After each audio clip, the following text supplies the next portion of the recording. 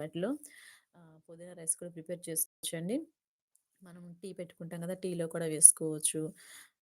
పుదీనాని face pack కూడా వేసుకోవచ్చండి. Pimples అవి వస్తున్నాయనుకోండి, మొక్కల ద్వారా మనకి బెనిఫిట్స్ చెప్తున్నాను చూడండి. ఆల్మోస్ట్ మీకు తెలిసే ఉండొచ్చు. ఈ పుదీనా ఆకుల్ని కొన్ని తీసుకొని ఫ్రెష్‌గా కడిగేసేసి, కొంచెం పసుపు వేసి, మెత్తగా పేస్ట్ లాగా చేసుకొని ఫేస్‌కి అప్లై చేసుకుంటే పింపుల్స్ అనేవి తగ్గుతాయండి. స్కిన్ కూడా బ్రైట్‌గా ఉంటుందనమాట. చూడండి మొక్కల ద్వారా మనకి ఎన్ని బెనిఫిట్స్ ఉన్నాయో. మనం ఈ పుదీనాని అంటే దురద ఉండటం, అలర్జీ లాగా ఉండటం, ఫేస్ మీద ఎక్కువ పింపుల్స్ అవి వస్తుంటాయి చూడండి.